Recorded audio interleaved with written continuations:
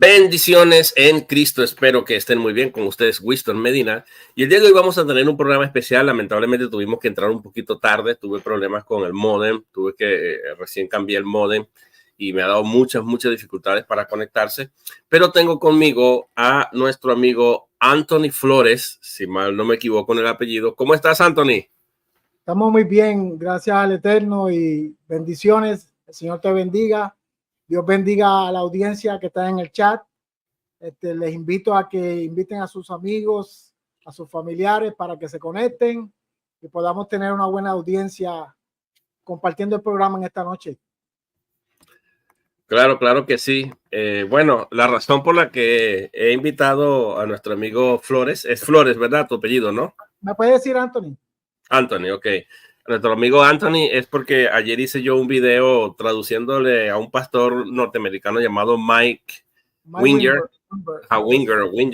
Y al hacer esto, él me dejó un comentario y entonces él me dijo que tenía que escuchar a las personas que estén enterados sobre el tema, que o sea, es mejor traer a gente que esté en el movimiento. Y bueno, yo le dije, bueno, si quieres ven esta tarde para que dialoguemos juntos y hablemos un poco sobre este tema. No vamos a debatir, simplemente una conversación, un diálogo. Él va a traernos más o menos qué es lo que creen. Quizás haya algunas preguntas por ahí sobre lo que él vaya diciendo y ese tipo de cosas, pero no con ninguna mala intención ni con la idea de debatir ni nada. Pienso que sí es importante escucharnos y saber qué es lo que creen y poder nosotros, si a la hora de necesitamos refutar, pues uno tiene que saber hacia dónde apuntar y no caricaturizar ese muñecos de paja de lo que los demás creen. Bueno, está con nosotros acá nuestro amigo Anthony Flores. Y bueno, Anthony, preséntate un poco, quién eres tú, háblanos un poco. Ya sabemos que eres un miembro o uno de esas personas que creen en el movimiento de raíces hebreas, pero bueno, háblanos un poco más de ti. Bien, yo les hablo desde Puerto Rico. Conocí al Señor desde mis 14 años, ¿verdad? Que me convertí a Cristo. Voy a utilizar la terminología cristiana para que así me entiendan mejor, por el momento. O sea que, desde pequeño, pues me crié en la iglesia católica. Ya a los 14 años conocí al Señor. El primer libro de la Biblia que yo leí antes de mi conversión fue el libro de Apocalipsis. El Señor utilizó ese libro para ponerle en mí el temor, su temor, y poder conocerle. Desde mis 14 años hasta los, diría, 49 más o menos, estuve perseverando en la iglesia cristiana como tal. Me bauticé en la iglesia Mission Board, ¿verdad? De Nueva York, y después perseveré en la iglesia metodista por aproximadamente 15, 16 años. O sea, en toda esa trayectoria he ido a institutos bíblicos, he cogido un sinnúmero de educación cristiana, por decirlo así. Hasta el momento de la pandemia fue un momento crucial donde algo entró en mi corazón, el deseo de aprender hebreo y griego para poder entender las escrituras con mayor profundidad. Y fue comenzando estudiando hebreo que me percaté que el nombre del Señor, a quien yo conocía como Jesús, era Yeshua. Y eso automáticamente, pues, por decirlo así, me voló la cabeza, porque estando yo en el cristianismo por tantos años, nunca me había entrado la curiosidad, por decirlo así, y nadie me había hecho mención de que el Señor, a quien yo llamaba Jesús, siendo judío, tenía que tener un nombre judío y yo no lo conocía.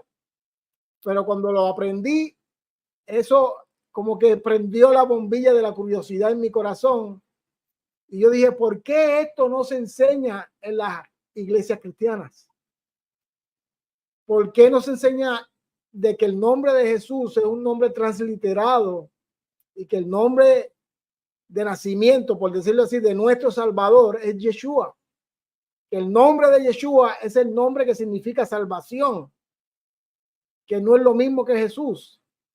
Y entonces yo como maestro de escuela bíblica y con el poco conocimiento que tenía, no me considero que tengo mucho conocimiento, pero me dio esta vergüenza. ¿Por qué? Porque eso era algo tan sencillo y tan elemental, pero a mí nunca se me había enseñado, ni yo tampoco lo enseñaba.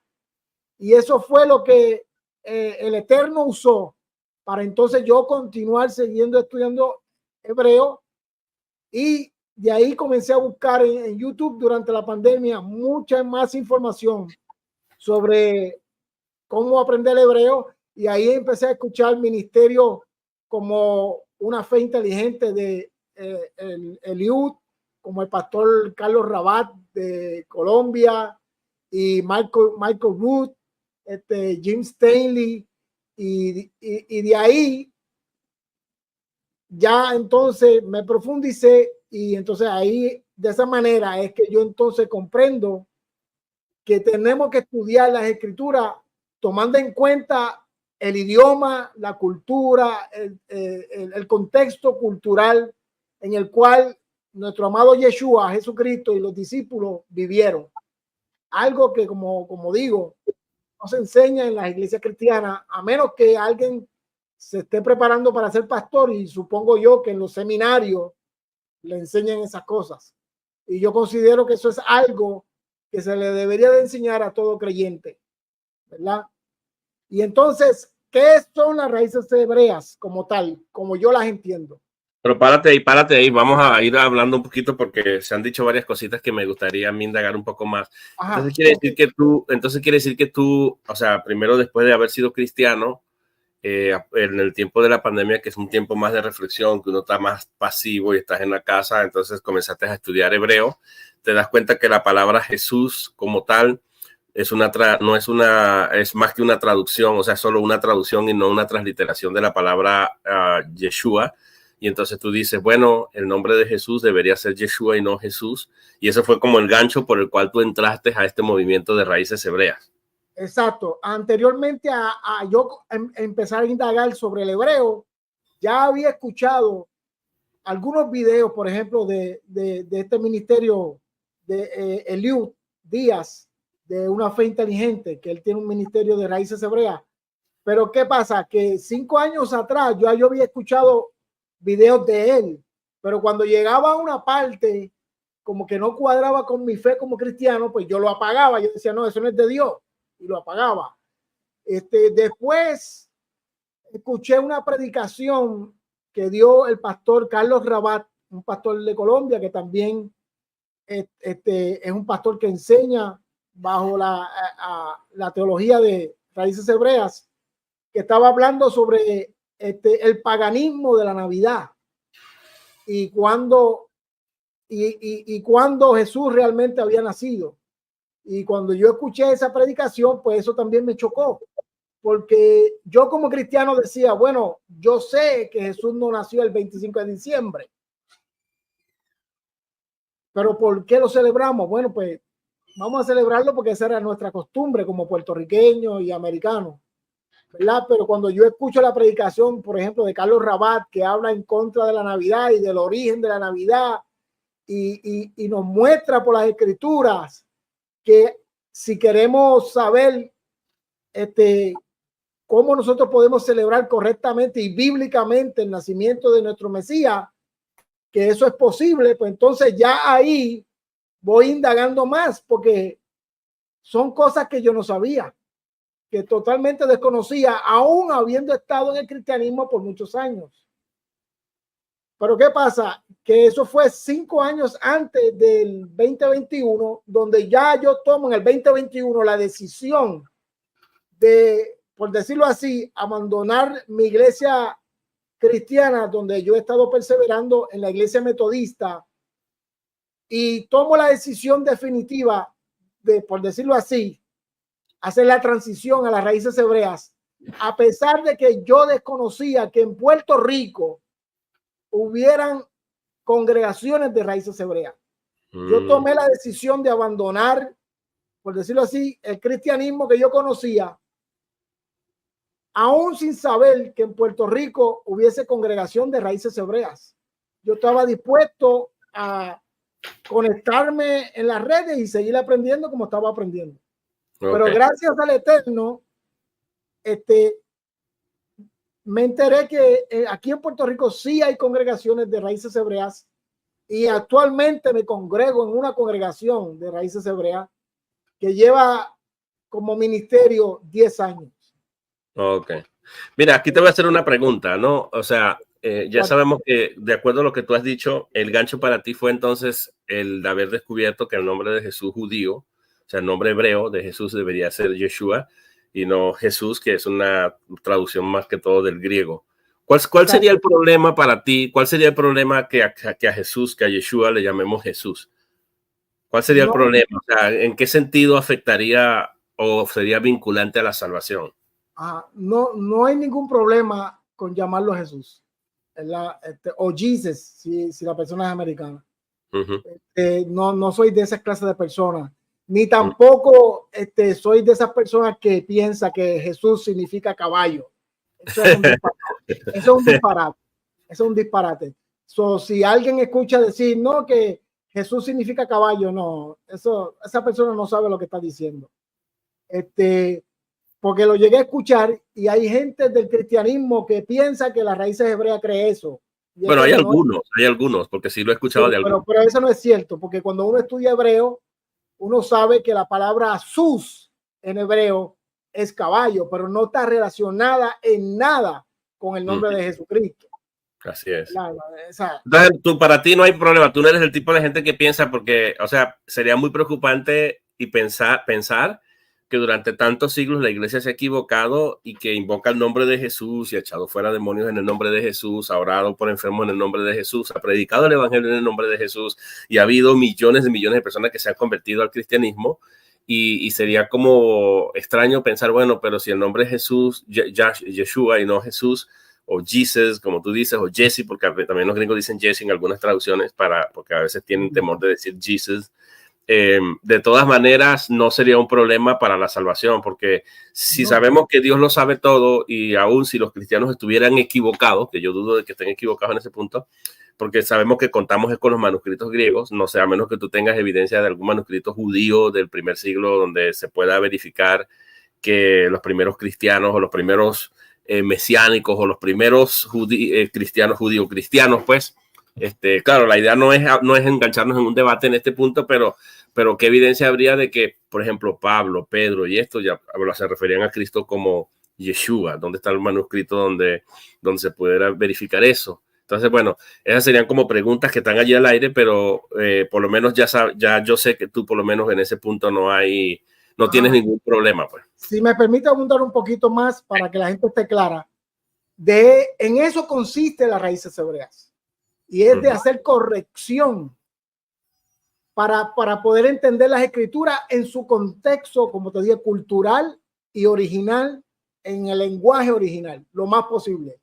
Y yo recomiendo, número uno, que todo creyente debería de aprender un poquito de hebreo, y si no puede aprender el idioma, por lo menos educarse en cuanto a la cultura y en el trasfondo en donde se desarrolla la palabra de Dios.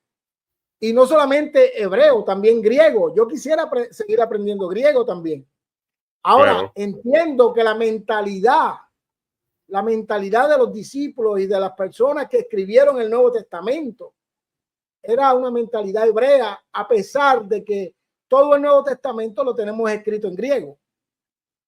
Y si me preguntas a mí en cuanto a Pablo, yo podría decir, bueno, a lo mejor hay un poquito de la influencia o bastante influencia del helenista en los escritos de Pablo, pero Pablo siguió siendo hebreo, siguió siendo judío en su mentalidad interna, porque Pablo es de la tribu de Benjamín, o sea, y conocía muy bien la Torá, o sea, y eso es lo que a veces mucha gente no entiende. El otro punto es que, por ejemplo, si vamos a Hechos capítulo 26 y leemos el versículo 14, 15 y 16, que es el texto que habla donde el apóstol Pablo tiene el encuentro con Jesús camino a Damasco. Esos versículos dicen claro que Jesús le habló en lengua hebrea. A pesar de que Pablo sabía griego, probablemente sabía arameo y también sabía hebreo. Y eso está evidenciado en las escrituras. Por eso es que las raíces hebreas yo no la considero ni una secta ni una religión, sino un método de estudio, donde el propósito es llevarnos a una corrección para entender las escrituras de una manera más original y tratar de entender la mente de Cristo y de los apóstoles y de los primeros cristianos del primer siglo. ¿Por qué? Porque cuando nos vamos a la historia del segundo siglo, ya cuando llegamos al tercer siglo, hay muchos cambios y hay una separación de los primeros creyentes del primer siglo a los creyentes que siguen después, con la cuestión lamentablemente de la Iglesia Imperial de Roma. Y ahí, claro, no, pero aquí yo tengo una observación. Mira, el hecho de que Jesús le haya hablado al apóstol Pablo en hebreo y aparezca registrado así en el libro de los Hechos de los Apóstoles, eso de ninguna manera implica un mandamiento que todo el mundo entonces tiene que aprender hebreo y hablar hebreo, sino que simplemente fue un incidente que ocurre con el apóstol Pablo, pero eso no niega que Jesús hablaba otro idioma. Por ejemplo, Jesús se comunicó fluidamente con una sirofenicia, ellas hablaban griego. Jesús habló con Nicodemo, el nombre Nicodemo es un nombre griego, no es un nombre hebreo. Entonces, hay personas en el Nuevo Testamento que son de origen griego, sirofenicias, acuérdate que están en medio del Asia Menor y hablaban griego, e incluso yo tengo hay varios académicos que dicen que Cristo hablaba griego también, o sea, que había o sea, se hablaba principalmente arameo, o sea, a eso vamos, los registros, los anales de la historia prueban que en el tiempo de Jesús el idioma más predominante natural era el arameo. En los templos se utilizaban los tárgumes arameos y hebreo, principalmente hebreo, porque estaban más conectados al Antiguo Testamento que ya existía.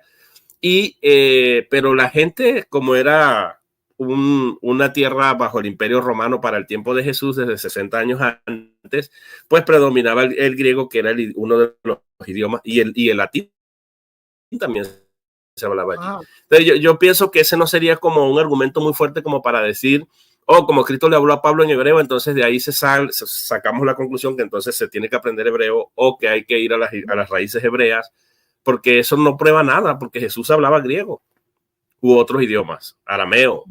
Vuelvo y digo. ¿Sí me explico lo que te quiero decir? Sí. No es que sea obligatorio, pero yo diría que sería bueno que el cristianismo supiera eso, porque ahora mismo tenemos creyentes cristianos que cuando tú quieres utilizar el nombre Yeshua se molestan y llaman a uno hereje y hasta pagano, y es por causa de la ignorancia que ellos tienen.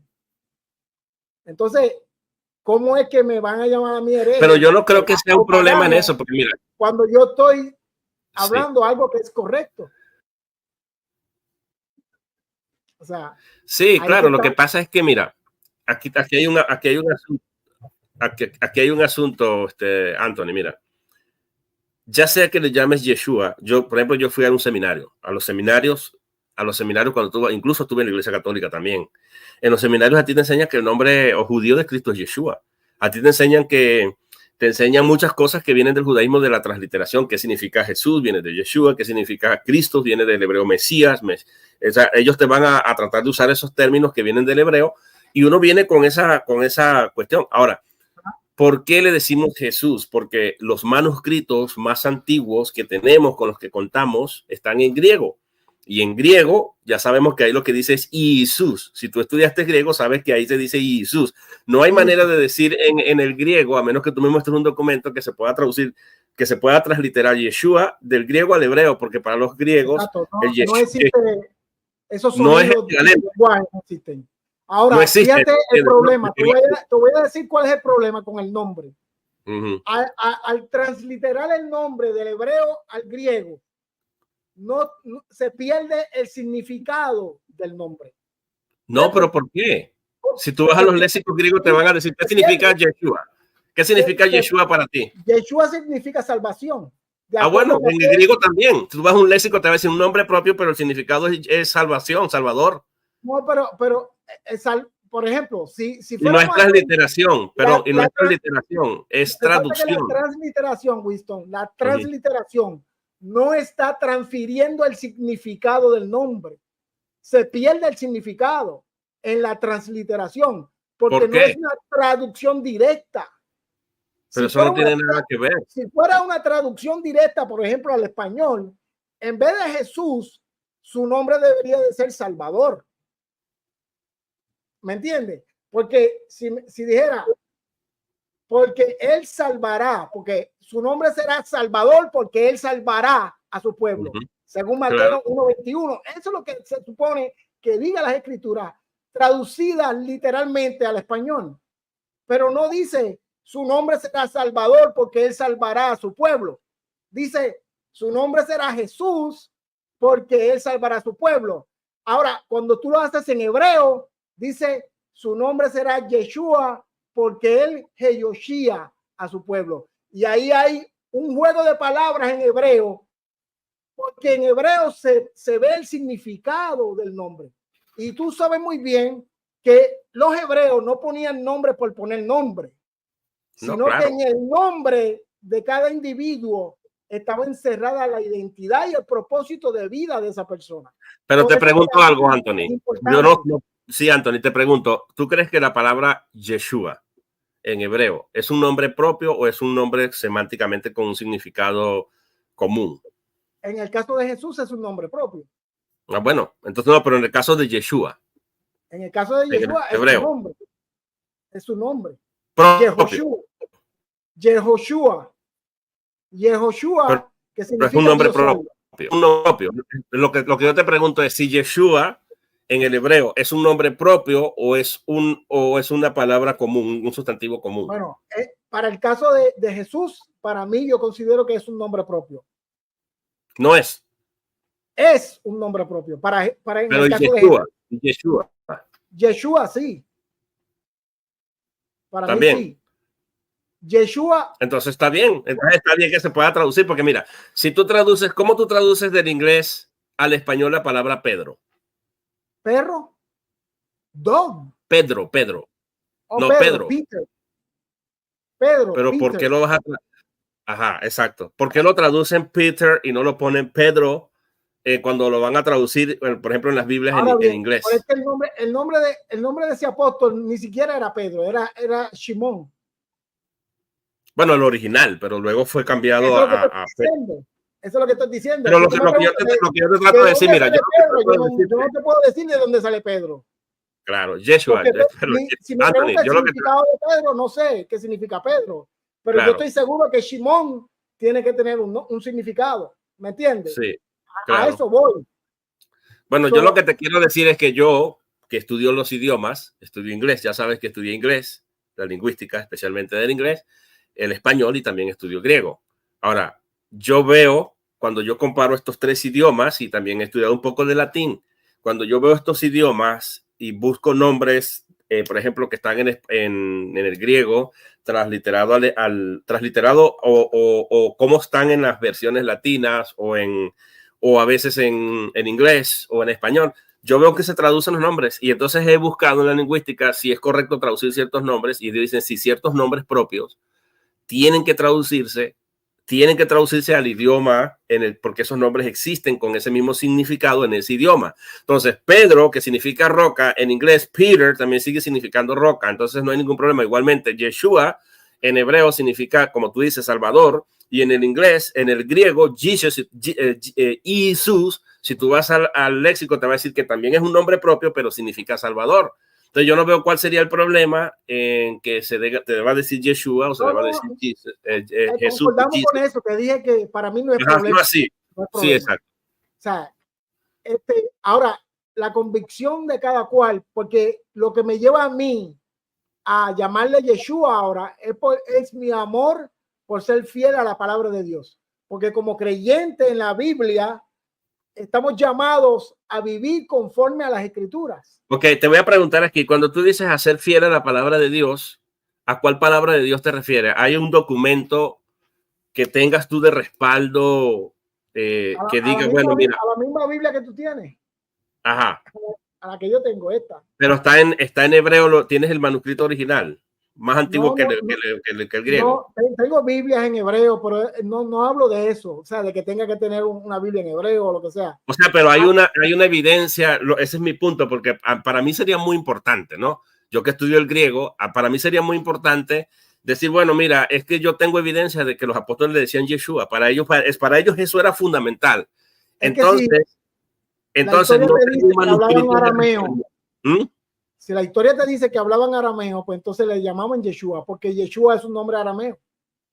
Pero ya no sería hebreo. No, yo estoy seguro, estoy totalmente seguro que no le decían Jesús. 100% seguro que no le dicen. Entonces esos manuscritos que se tradujeron al griego. Lamentablemente se tradujeron al griego porque ese era el idioma que predominaba en ese momento, pero no quiere decir que los discípulos le llamaban Jesús. ¿Me entiendes? Porque pero no tienes prueba para demostrarlo. Es que el problema es, mi contención es esta, y no estoy tratando de debatir contigo, después nos vamos a mover hacia el tema de las raíces hebreas. Lo que trato es de hacerte ver algo importante. No tenemos, tú dices, no, yo quiero ser fiel a la palabra, pero ¿cuál palabra? Si no tenemos un manuscrito hebreo del primer siglo, de los primeros siglos, que digan que los discípulos le llamaban Yeshua. Tú no tienes evidencia de eso. No, ese es el punto. Nosotros... no tengo que tenerla, porque si la Biblia me dice que Jesús nació de la tribu de Judá y que él perteneció al pueblo de Israel y que él era hebreo, pues tenía que tener un nombre hebreo. Es prácticamente imposible que haya nacido de la tribu de Judá y que... Bueno, pero entonces exacto, pero volvemos al punto. Entonces tú estás basándote en esa conclusión inferencial. Si la Biblia me dice que era de la tribu de Judá y que era de la tribu de Judá y era hebreo, tendría que tener un nombre hebreo. Pero lo que estoy hablando es que tú me dijiste, yo tengo que ser fiel a la palabra de Dios, pero no tenemos un manuscrito que tú puedas decir, esta es la palabra de Dios. Y aquí en esta palabra de Dios, textualmente se dice que a Jesús se le llamó, los discípulos todos le decían Yeshua. Ese es mi punto. O sea, no es que sale de la palabra de Dios, sino unas conclusiones que tú sacas que son válidas a tu manera de verlo. Yo no te estoy diciendo que está mal eso, sino que tú llegas a esa conclusión, pues. Bueno, porque la conclusión mía es lógica. Claro, es una conclusión lógica. O sea, está basado aquí, pero entonces tu lógica no es la palabra de Dios. Eso es lo que te quiero decir. Tu lógica, porque no tiene un respaldo. Ahí llegaste al punto.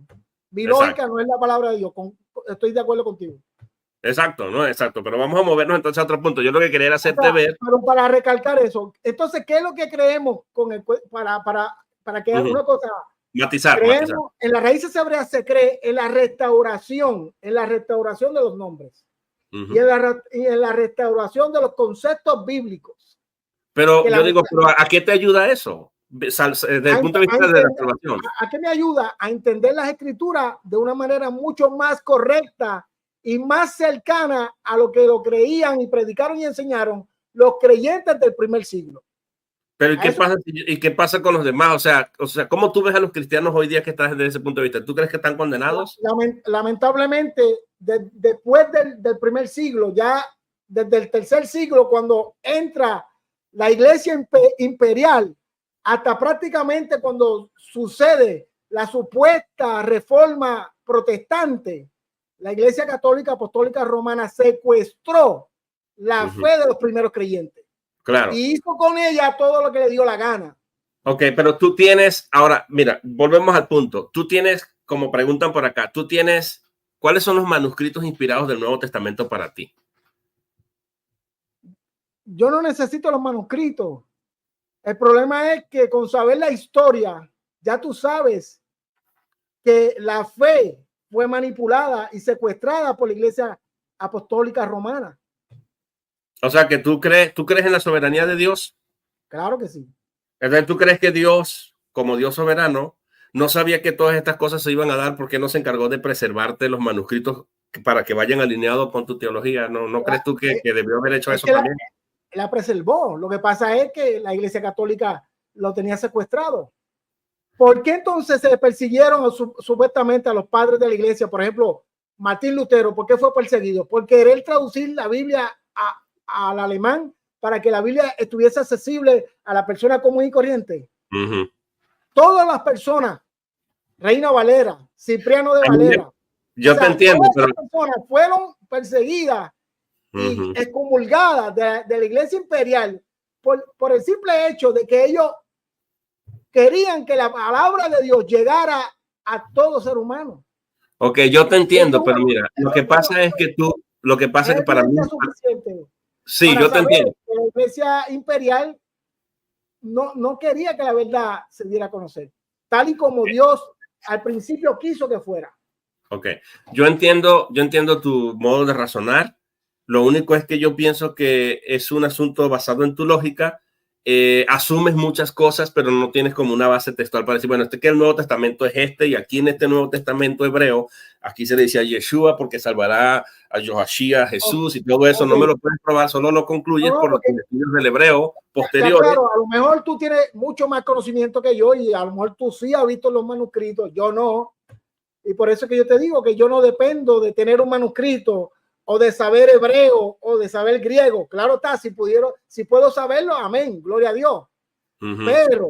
Pero puedo estudiar la historia y puedo saber qué es lo que sucedió en la historia, y el conocimiento de la historia me da a entender a mí de que la fe de los primeros creyentes fue secuestrada, fue manipulada, y estoy 100% seguro que lo que creemos como cristianos hoy no es lo mismo que lo que enseñó Yeshua a los discípulos. Pero yo estoy de acuerdo y no te estoy tratando de debatir, ok, voy a dejarlo bien claro, solo estoy tratando de analizar un poco más profundo lo que tú estás diciendo. Lo mismo que tú acabas de decir, yo lo puedo decir Movimiento Raíces Hebreas. Tú no me puedes probar a mí con evidencia textual que lo que creen los de Raíces Hebreas, que no es un grupo monolítico como tú mismo lo admites, no es un grupo monolítico que estén de acuerdo totalmente en todo, no es lo mismo que se creía en el primer siglo, suponiendo que haya un énfasis en el lenguaje hebreo en los primeros siglos y que estos tengan animadversión contra el griego, la helenización y todo lo demás. ¿Cómo me puedes probar que el movimiento donde tú estás, por ejemplo, es el correcto y no el donde está el otro o este otro pastor que estábamos escuchando anoche, o el de, no sé si tú estás alineado al de Mente Inteligente y todo lo demás? Entonces, ves que no hay un movimiento monolítico, y entonces, ¿cómo puedo yo confiar que lo que tú me estás planteando es las raíces hebreas puras y tal cual lo intentaron los cristianos, vamos a llamarlo así, los cristianos, los judíos mesiánicos del primer siglo? Ok, te voy a dar un ejemplo. Por ejemplo, el Shabbat o el sábado o el día de reposo.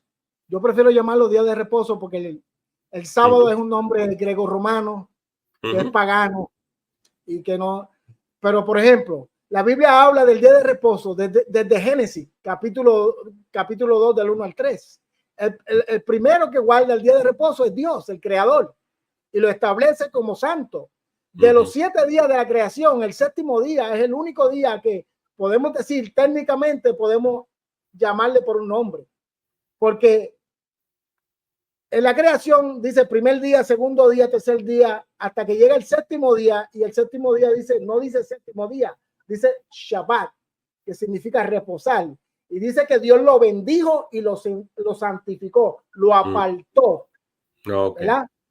Desde ahí, cuando yo empiezo a leer desde ahí, y luego llego a Éxodo capítulo 16, donde Dios le manda al pueblo a guardar el día de reposo al pueblo de Israel, aún en medio del desierto. Luego llego a Éxodo capítulo 20, cuando Dios nos da el decálogo o las 10 palabras y nos da los 10 mandamientos.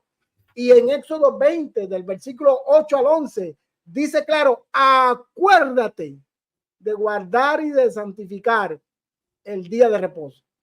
Pero entonces yo como cristiano en el 2024 tengo como día del Señor el domingo, que es un día totalmente distinto al que Jesús guardaba.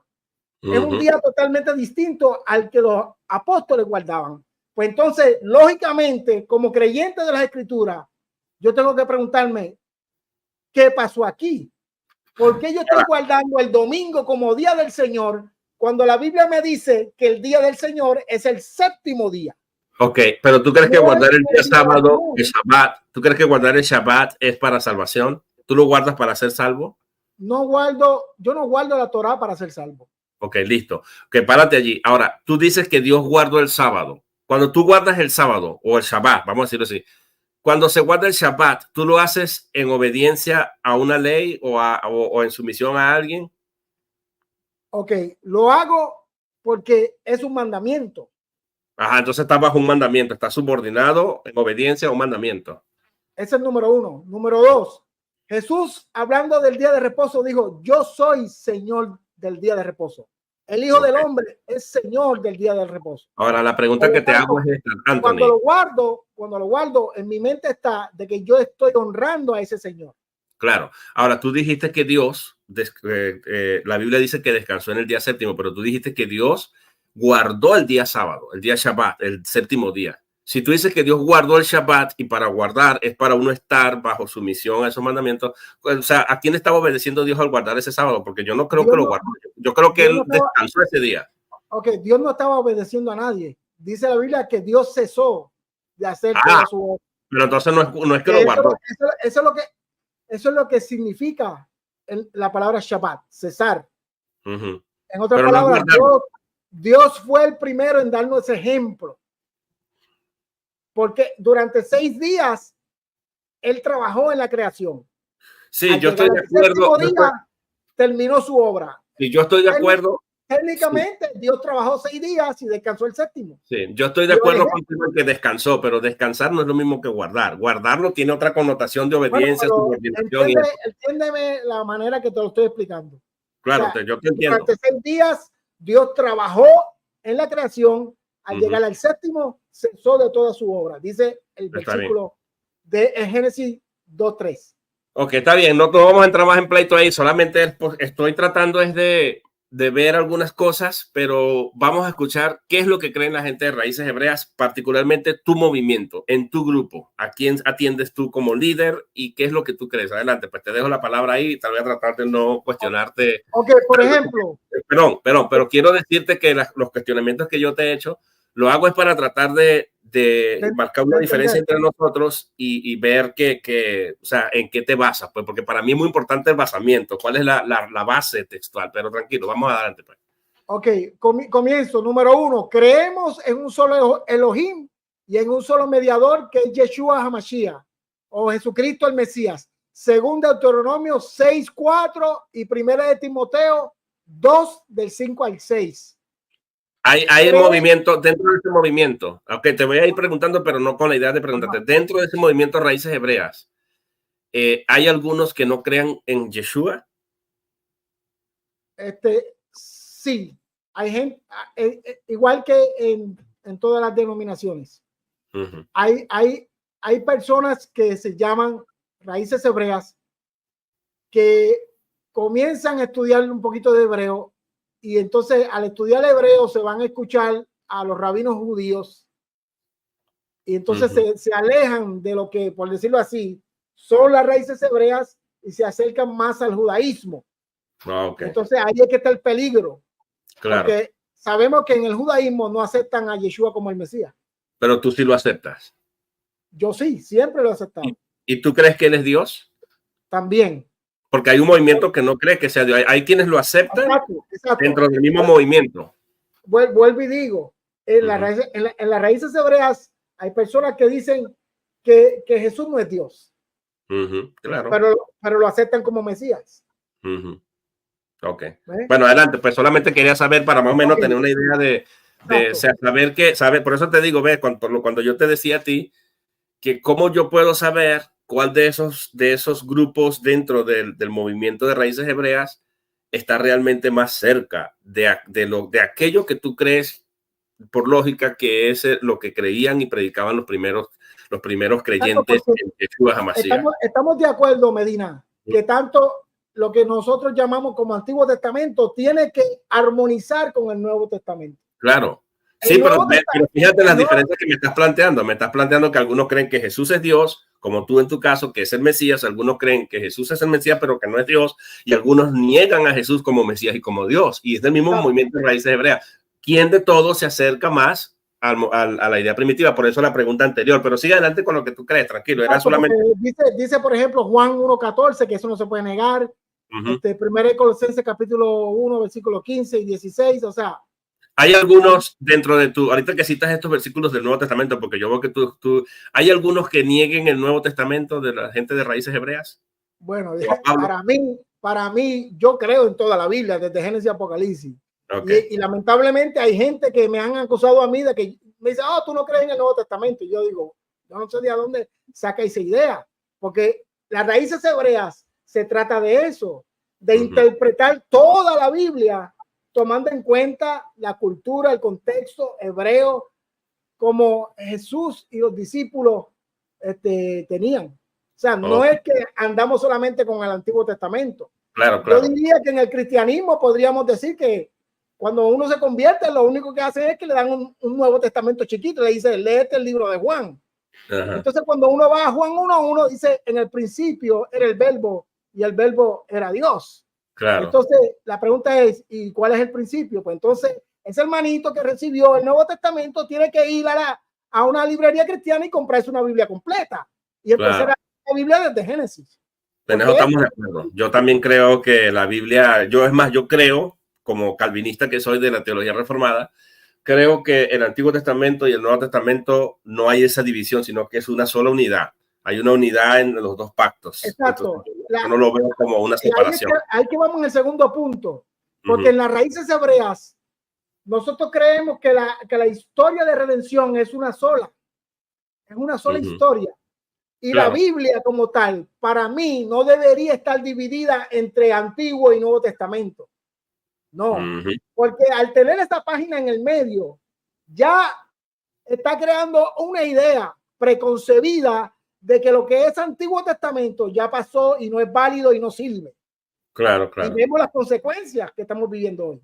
Bueno, pero para mí, yo puedo aceptar que todo lo que dice la Biblia desde el Génesis a Apocalipsis es verdad. Ahora, la diferencia está, como yo lo decía el día de ayer, y estoy de acuerdo con el pastor Mike Winger, en la aplicación es donde vamos a estar en desacuerdo, porque no todo lo que dice la Biblia, en la aplicación va a haber ciertas diferencias, porque yo no puedo aplicar lo que yo le dijo a Abraham, lo que le dijo a José, lo que le dijo a otros. Y yo te puedo adelantar que ahí es que radica la confusión con las raíces hebreas. Porque cuando hablamos de la Torá y la gente dice, no, tú tienes que vivir conforme a Moisés. No. La Torá yo la vivo bajo la interpretación y la administración de Jesucristo. ¿Ves?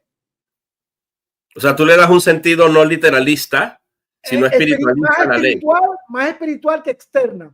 Sí, porque es que el problema es que para guardar los 613 mandamientos, algunos de estos van a estar ligados al templo, y circunstancialmente a la geografía, a los sacerdotes, a un montón de cosas que hoy no tenemos. Y entonces vas a tener que espiritualizar muchos de esos mandamientos. Precisamente, si uno va a Jeremías 31 hasta el 34, el Señor dijo claro, haré un nuevo pacto con Judá y con Israel. Y escribiré mi ley en su corazón. Hablando de esa profecía que Jesucristo, Yeshua, cumplió cuando hizo la confirmación con los discípulos en la última cena. Claro. ¿Ves? O sea, que pensar de que nosotros vivimos la Torá en la letra, como piensa mucha gente, no. Vamos a vivir la Torá en el espíritu. Porque ya los mandamientos tienen que estar grabados en nuestro corazón, no en piedras no en tablas de piedra. ¿Y tú crees que ese guardar los mandamientos, la demanda de Dios, es una demanda absoluta, perfecta, o es un intento? Guardar la Torá para mí es como una guía de santidad. ¿Por qué razón? Porque yo soy salvo por fe y por gracia. Según Efesios capítulo 2, versículos del 8 al 10. Soy justificado por la fe, según Romanos capítulo 5, versículo 1. Pero después que soy salvo, como Jesús le dijo a la mujer adúltera, vete y no peques más. Ahora la pregunta es, ¿cómo esa mujer adúltera iba a saber qué es pecado y cuál era el cambio de vida que Dios le estaba pidiendo que hiciera? Tenía que conocer Torá, tenía que tener una guía que le dijera. Bueno, esa porción, ¿sabías que esa porción del Evangelio de Juan no es parte de los manuscritos originales? Sí, Hay una sí, he escuchado eso, que se ha movido en los manuscritos en diferentes sitios. Sí, ahora, pero la tenemos ahí. La tenemos pero ahí tenemos en las traducciones. y la podemos utilizar. Sí, cuando tú hablas del antiguo y nuevo pacto, cuando tú hablas del nuevo pacto, ¿tú crees en un nuevo pacto o crees en una renovación, un pacto renovado? Ok, te explico. Yo creo en un nuevo pacto. Yo estoy en un nuevo pacto. Porque hay unos que no. No, pero te voy a explicar y después te voy a dar mi explicación, porque yo luché con esos términos. Luché con esos términos. Pacto renovado, nuevo pacto. Por eso cuando voy al original, la palabra es Brit Hadashah. Y Brit Hadashah no es pacto renovado. Brit Hadashah es pacto nuevo o nuevo pacto. Ahora, no deja de ser renovado. ¿Por qué razón? Porque cuando dice que es pacto renovado, lo que se renueva es la alianza de Israel con Dios, porque Israel había quebrantado el primer pacto. Y es nuevo porque Yeshua lo hace nuevo a través de su sacrificio. Fue ambas cosas y no hay conflicto. Está bien, mira, vamos a movernos con las otras cosas que crees. Nos has dicho, por lo menos hasta ahora, voy a resumir rápidamente, tú me has dicho que crees en Jehová, en Yahweh, que crees en Jesús el Mesías, que también crees que es Dios, crees en un antiguo pacto y un nuevo pacto y que no está excluida la idea de un pacto renovado. Y estas son las cosas que has dicho. Crees que guardar la Torah no necesariamente atiende a un guardar literal a la letra. Hay algunas cosas que se tienen que guardar en el espíritu bajo la administración de la gracia y de la ley de Cristo. Crees en la gracia y eso para mí es algo que es importante escucharlo de alguien que viene de acá, aunque sí veo muchas diferencias cuando uno estudia estos movimientos de raíces hebreas, pero ya tú mismo admites que también no es un grupo monolítico, sino también mixto, al igual que los bautistas o los presbiterianos, que a veces tienen sus diferencias. Vamos a ver qué otras cosas más cree mi amigo Flores. Como ética de santidad, por ejemplo, hay mandamientos del Antiguo Testamento que tú lo puedes aplicar a tu vida hoy, como ética de santidad. Como principio. No para salvación, sino como una guía de que como yo soy salvo, yo tengo que vivir de acuerdo a estos parámetros. Sí, y como principio. Exacto. Ok, para estar claro. Vamos a ver otro punto. Por ejemplo, ok, ya dije eso, que la Torá se aplica a todo ser humano, que la Torá son los primeros 5 libros de la Biblia, que somos salvos por gracia y por fe, porque tengo una lista aquí que quisiera compartir. Eso sí no lo había escuchado de ti, no había escuchado eso que dice que la Torá se aplica a todo ser humano. En el tiempo en que la ley estaba vigente, si escuchaste mi programa de anoche, en el momento en que la ley estaba vigente, esa ley tenía la intención de que la cumplieran también los babilonios y los pueblos gentiles en ese entonces. Ok, te explico. Por ejemplo, si vamos a la promesa de Abraham, la promesa comienza con Abraham como individuo, como familia, luego como nación y luego universal. Y yo creo que al final de los tiempos, dice la palabra claro, que habrá un solo pueblo y un solo Dios, que habrá un solo rebaño y un solo pastor. La pregunta es, ese rebaño, ese pueblo, ¿por cuántas leyes se va a regir? Por una. Ese siempre claro, pero eso ya es una profecía que se cumple. Ese siempre ha sido el deseo de Dios. O sea, pero entonces tú pones un punto de partida en Cristo, tú pones un punto de partida con el Mesías y es de allí donde comienza a cumplirse, la Torá comienza a aplicar para todo el mundo, pero yo me refiero a esa gente que vivía, porque cuando la ley estaba vigente en el tiempo de Cristo, tú bien sabes que muchas de esas leyes estaban ligadas también al mandamiento, a las fiestas y todo eso. Podrían participar los gentiles, los de Babilonia, los de los asirios y toda esta gente de otros pueblos circundantes, porque había gente gentiles viviendo y conviviendo con ellos, no en su misma tierra, pero vecinos o externos a ellos, y a ellos no tienen el mandato. Entiendo tu punto, pero yo lo estoy viendo desde el punto de vista de que el pueblo de Israel cumpliera su propósito. Y el propósito de Israel, ¿cuál era? De que Dios los había escogido a ellos como nación santa, como pueblo escogido. ¿Para qué? Para alcanzar al resto de las naciones. Y al alcanzar al resto de las naciones, entonces la misma ley y los mismos preceptos y estatutos y mandamientos se tenían que aplicar a todas las naciones que abrazaran el pacto de Dios. Pero Dios no se lo prescribía a ellos, solamente si se incorporaban. Israel es el comienzo, por decirlo así. Okay. Y Israel tenía la responsabilidad de dar a conocer al Dios verdadero. ¿Eh? Ok. Pero no lo hizo. Okay. Y por esa razón, Jesucristo cuando vino dijo en Mateo 5:17, no pienses que yo he venido a abrogar la ley y los profetas. Yo vine a cumplir esa ley. Y si tú sabes griego, la palabra ahí es plero, si no me equivoco, que significa llevar la ley o la Torá a su plenitud. ¿Por qué razón? Porque los mismos saduceos y los esenios y los fariseos, ellos mismos estaban enredados y estaban interpretando la Torá a su manera. ¿Me entiendes? Claro. Concluyo con lo que te dije al final. Al final de los tiempos habrá un solo pueblo, un solo rebaño, un solo pastor, un solo Dios, una sola ley por la cual todos tenemos que llevarnos y ser regidos. Un ejemplo que te puedo dar del Antiguo Testamento es Ruth, moabita, que le dice a Noemí, tu pueblo será mi pueblo y tu Dios será mi Dios, y donde tú mueras yo moriré. O sea, la pregunta es, cuando Ruth decide quedarse con Noemí y forma parte del pueblo de Israel porque se casa con Boaz, ¿iba Ruth a seguir viviendo como una pagana moabita? No podía. No, porque es que Dios, yo entiendo, pero es que Dios prescribía dentro de los mismos mandamientos, decía, les tenía especificado a Israel que si un gentil quería venir a vivir, que lo adoptaran, pero que ellos tendrían que acatar y adoptar también la ley, la Torá, vivir bajo los preceptos del pacto. Eso es lo que le establecía Dios también a ellos. Ahora, aquí yo creo que esa unión de Ruth a este pueblo no es incidental, porque también de ahí viene la descendencia del Mesías. Yo creo que Dios, el Dios que preordenó los fines, el fin también preordenó los medios, y este fue un instrumento de Dios para que también por medio de esa línea viniera. O sea, que no es accidental, aunque nosotros lo viéramos.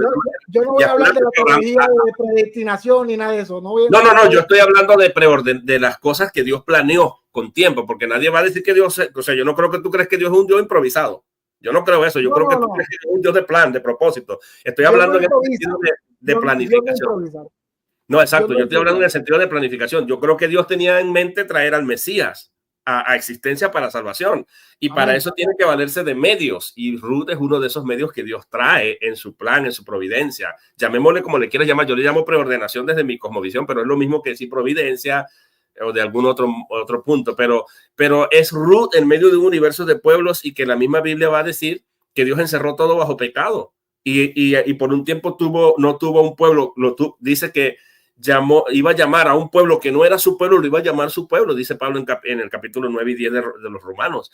Entonces yo sí veo que Dios tiene un silencio con los gentiles, pero que luego Dios va a llamar pueblo a los gentiles en esta mezcla cuando haya este nuevo pacto con la venida del Mesías, donde habrá un pastor y un rebaño. En eso estamos de acuerdo hasta cierto punto. Pero bueno, sigue con tus puntos. Yo nada más doy feedback de lo que tú vas diciendo. Ok, bien. Entonces, el punto número 5, creemos que toda persona que es salva y cree en Yeshua es parte del pueblo de Dios. A diferencia del cristianismo actual, que dice que ellos son la iglesia de Cristo y el cuerpo de Cristo, pero separado de Israel, que era lo que yo creía. La Biblia nos enseña que esa iglesia no es una iglesia sin nombre, separada de Israel. ¿Por qué razón? Por lo que dice el apóstol Pablo en Romanos capítulo 11, cuando habla del olivo verde y de olivo silvestre.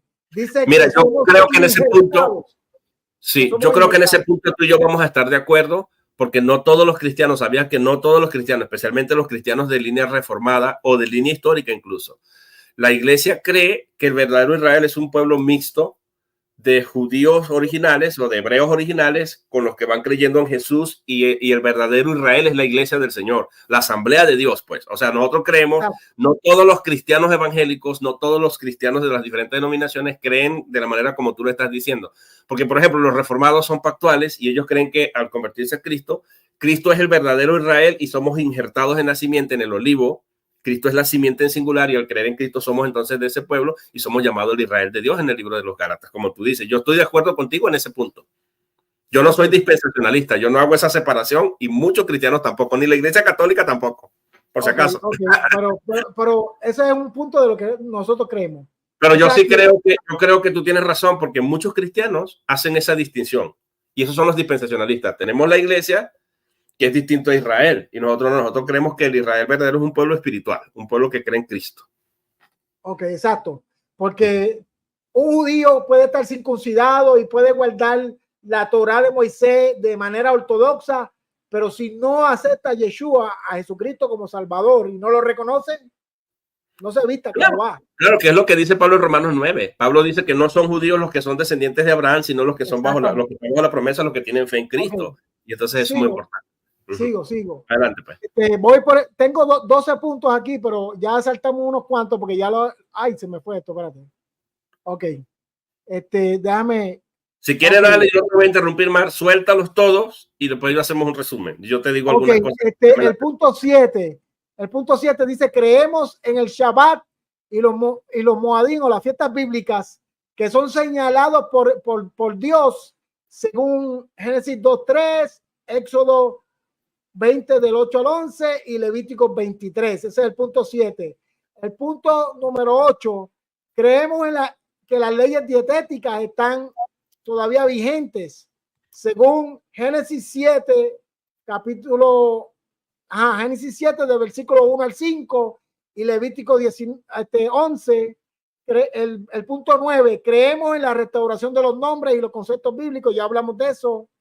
El punto 10, rechazamos todas las tradiciones y fiestas babilónicas o romanas que no tienen fundamento bíblico. Bien, yo también rechazo eso. Y punto 11, que el Eterno, que el Dios eterno se ha manifestado al hombre de múltiples maneras y que Yeshua, Jesucristo, ha sido la expresión encarnada y visible más grande, o manifestación de Dios más grande que el ser humano haya experimentado, ¿verdad?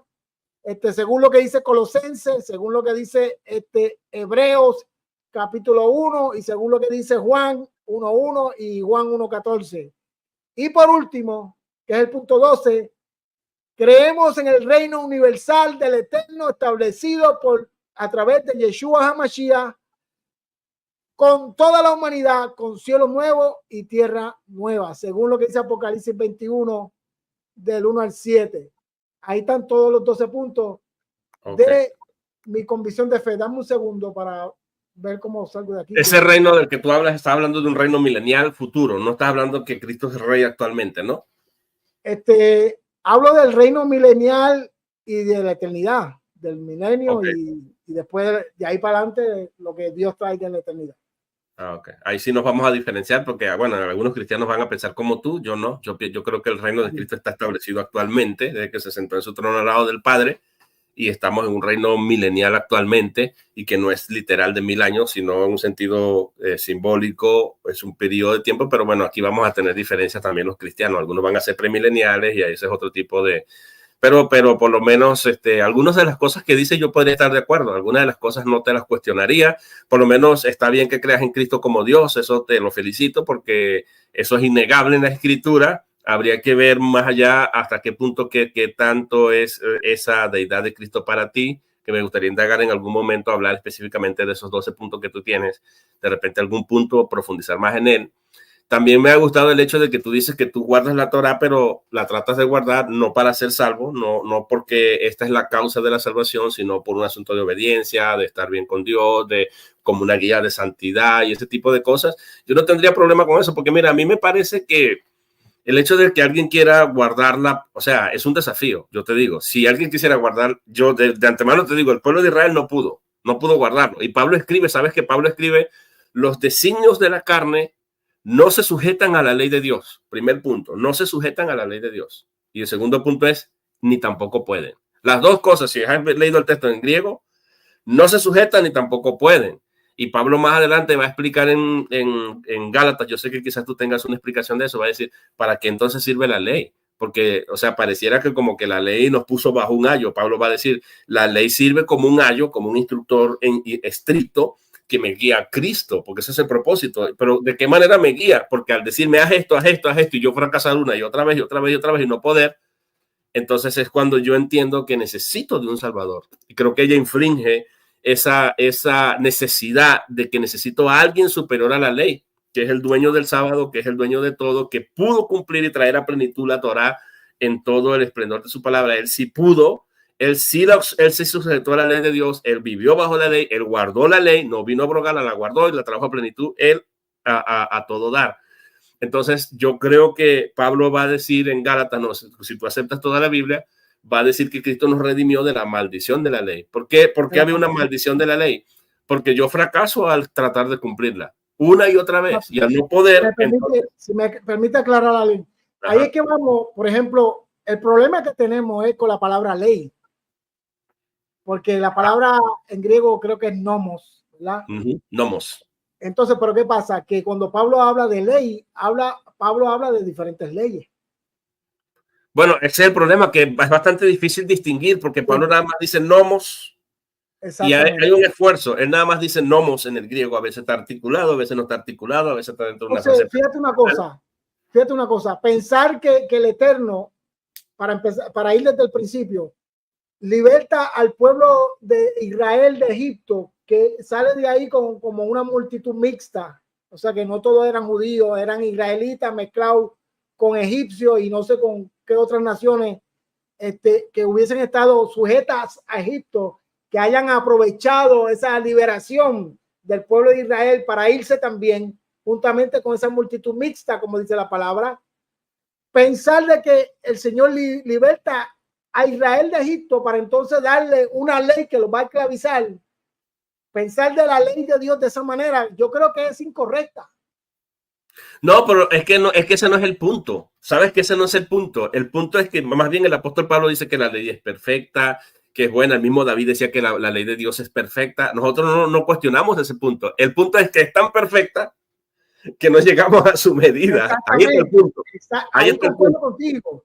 Que la ley la Torá de Dios es tan perfecta que en nuestra debilidad de ser humano, que ya viene con el pecado de Adán, no la puede cumplir.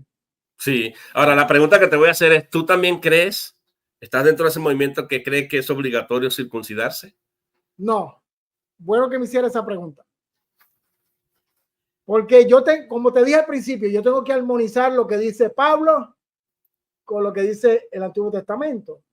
Y es claro que el apóstol Pablo dice, les digo una vez más, y lo enfatiza, que si os circuncidáis, de la gracia habéis sido desligados. Por lo tanto, yo tengo que analizar los textos y decir, ok, ¿cómo esto cuadra? ¿Cómo esto cuadra? Porque Pablo era circuncidado. En otro ejemplo, Pablo circuncida a Timoteo, pero luego se niega rotundamente a circuncidar a Tito. No, y entró a los Gálatas a escondida para que...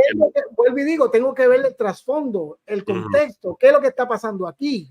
Y entonces, cuando yo encuentro un texto como Colosenses capítulo 2, versículo 10 al 12, que el apóstol Pablo dice, en Cristo vosotros habéis sido circuncidados con una circuncisión no hecha por mano de hombre.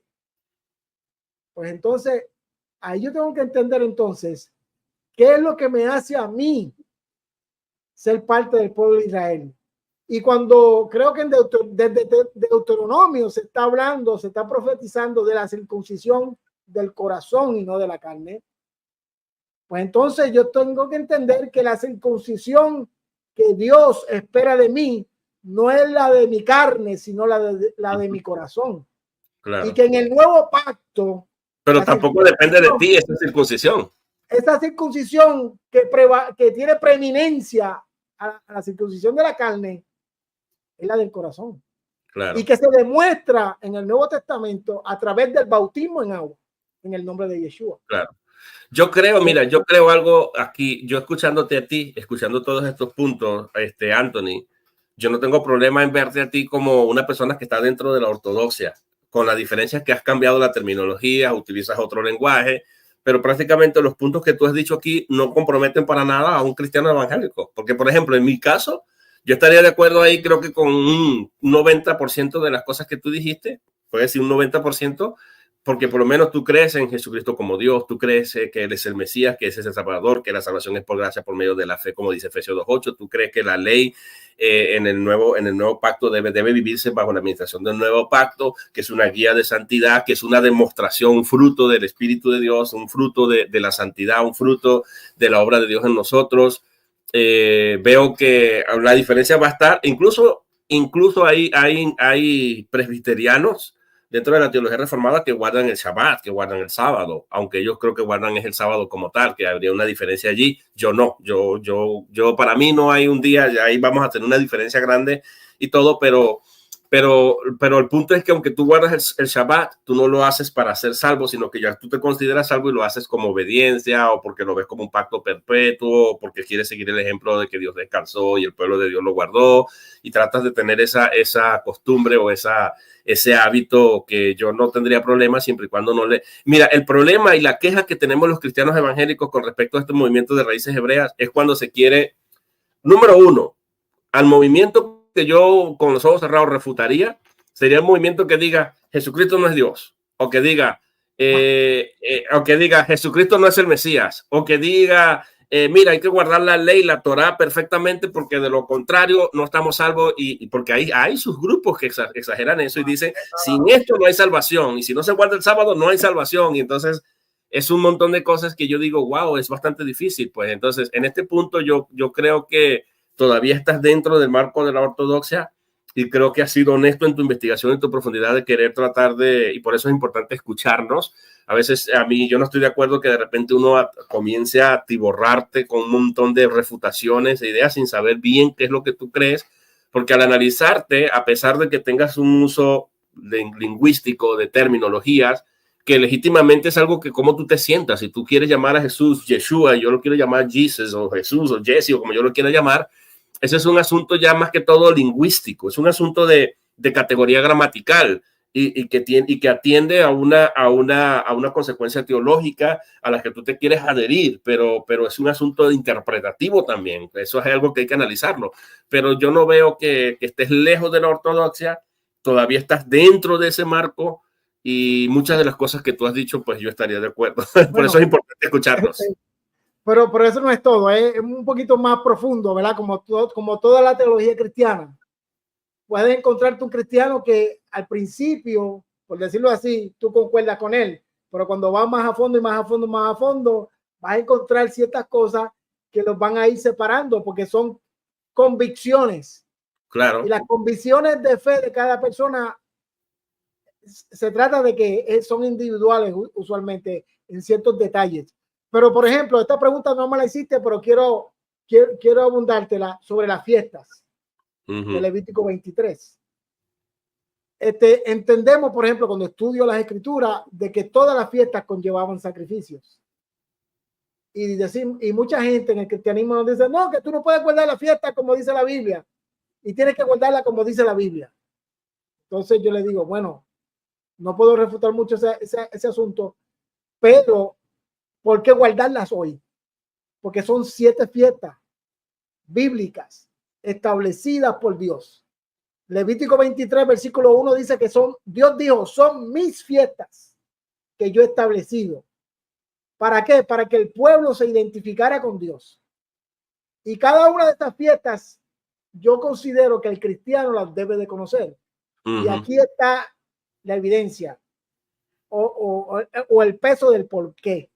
Porque cada una de esas fiestas son fiestas proféticas que están íntimamente relacionadas con el plan de redención que Yeshua, Jesucristo, llevó a cabo. Claro. Y el Señor cumplió 4 fiestas en su primera venida. Faltan todavía 3 fiestas que va a cumplir en su segunda venida. Entonces, ¿qué es lo que podemos hacer nosotros hoy? Nosotros conmemoramos esas fiestas como ensayo, que es lo que significa la palabra moedín. La palabra moedín significa ensayo. En otras palabras, cada vez que yo guardo el Shabbat es una fiesta que me habla del descanso, del reposo del Señor, que habla hebreo. Pues cada 7 días que yo guardo el 7º día, yo estoy practicando, estoy ensayando para cuando venga Yeshua y el día de reposo se haga realidad. Sí, yo que estudié teología, lo mismo así con la fiesta. Cuando sí. llega la temporada de la Pascua o de Pesaj, yo conmemoro Pesaj y recuerdo el sacrificio de Yeshua en el madero. Sí, yo recuerdo que... Y etcétera, etcétera. Sí, yo recuerdo también que cuando yo estuve en el seminario, nosotros estudiamos todo lo que es judaísmo y estudiamos la fiesta, el Pesach, el Shavuot, el Sukkot, ya tú sabes, el Yom Kippur, el Rosh Hashanah, todas esas fiestas que se mencionan así, pero siempre como una sombra de lo que habría de venir que apunta hacia el Mesías. Exacto, no con la idea de venir, aunque... Dices de lo que había de venir. Claro, de lo que había de venir. De manera futura, y como te digo, todavía faltan 3 fiestas que el Señor tiene que cumplir cuando regrese. Bueno, eso también es interpretativo, pero hay gente que sí cree como tú dices, o sea, sobre todo algunos dispensacionales. Algunos creemos que Cristo representa todo eso. Algunos creemos que Cristo representa esas 7 fiestas a plenitud, ya no hay más nada que regresarse a las sombras, pero esas son cosas interpretativas, yo en eso no tengo ningún problema. Ahora, aquí, pero lo que te quiero decir es que uno sí estudia eso, incluso hay iglesias cristianas evangélicas medio mesiánicas que hacen esas fiestas, que las celebran, que tratan de buscar un almanaque, un calendario judío y tratan de vivir eso y hasta usan el shofar y todo ese tipo de cosas.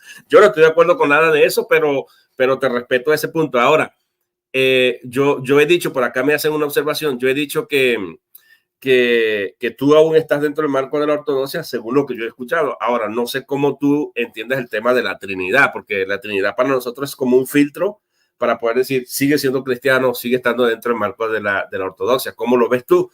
Ahí por eso te dije yo al principio, no, pero escúchame bien.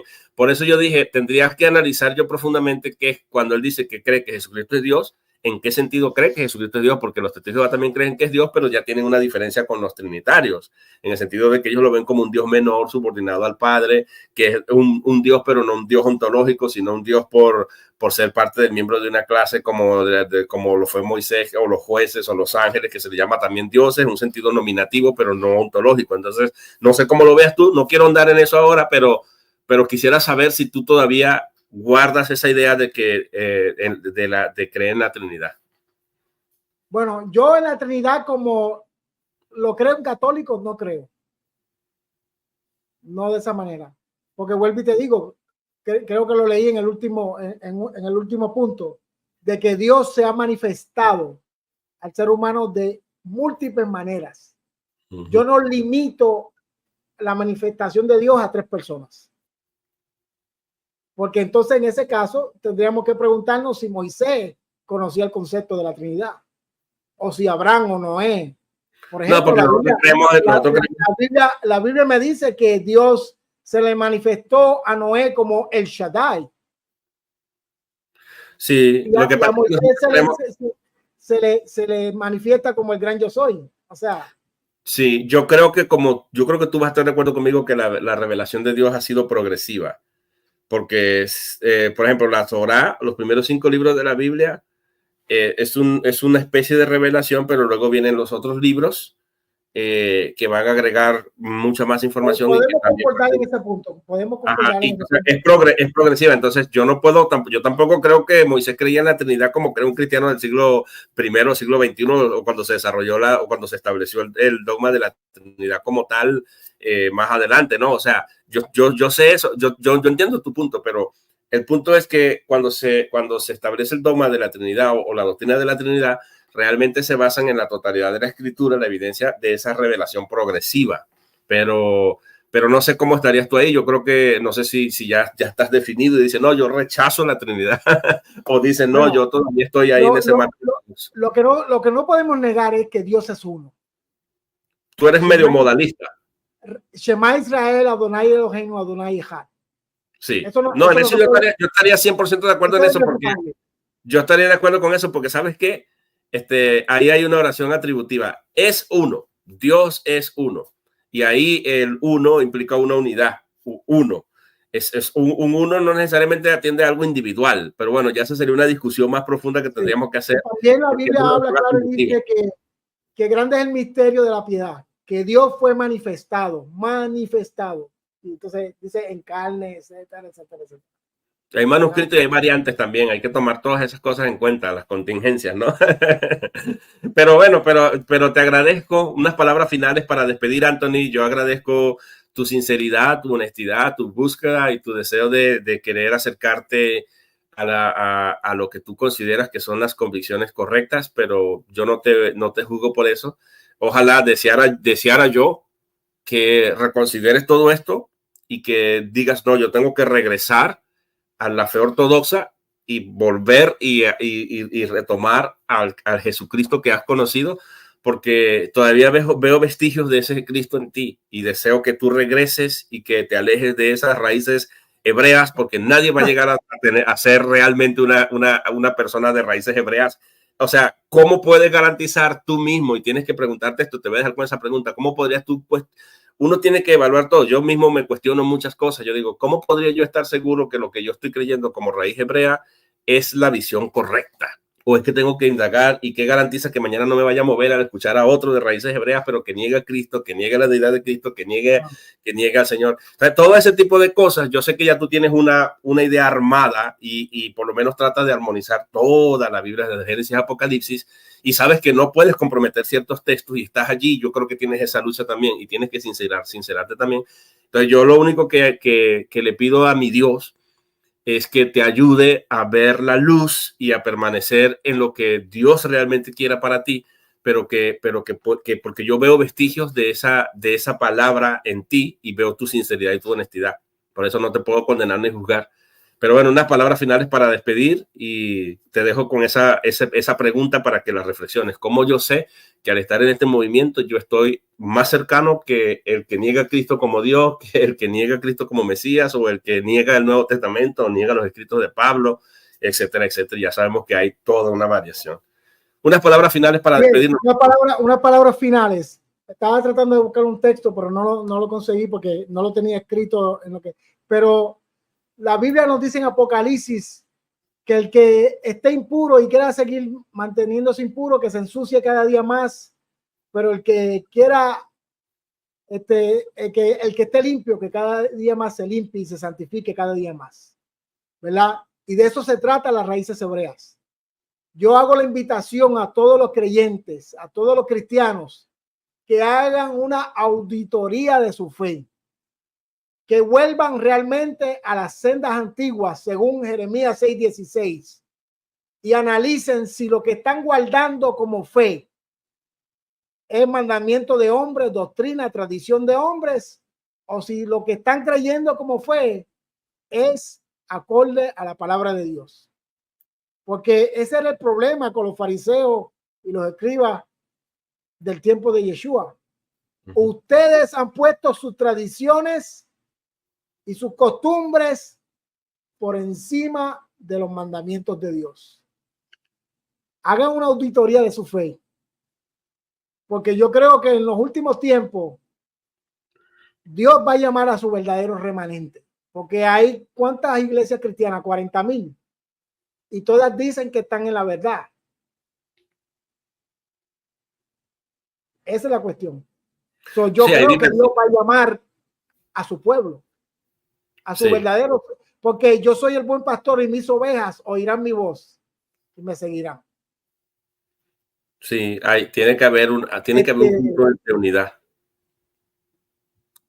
Winston Medina, un placer conocerle. Gracias por escuchar antes de juzgar.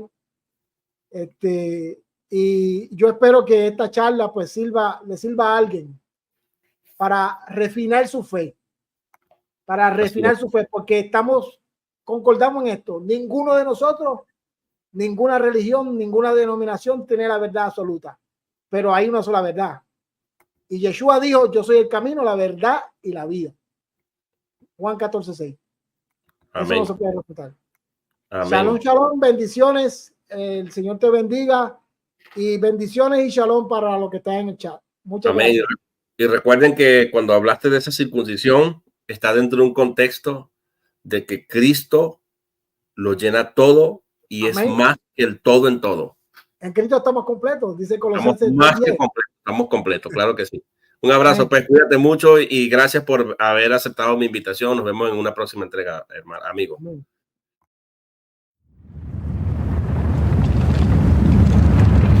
Ministerio Eco Profético.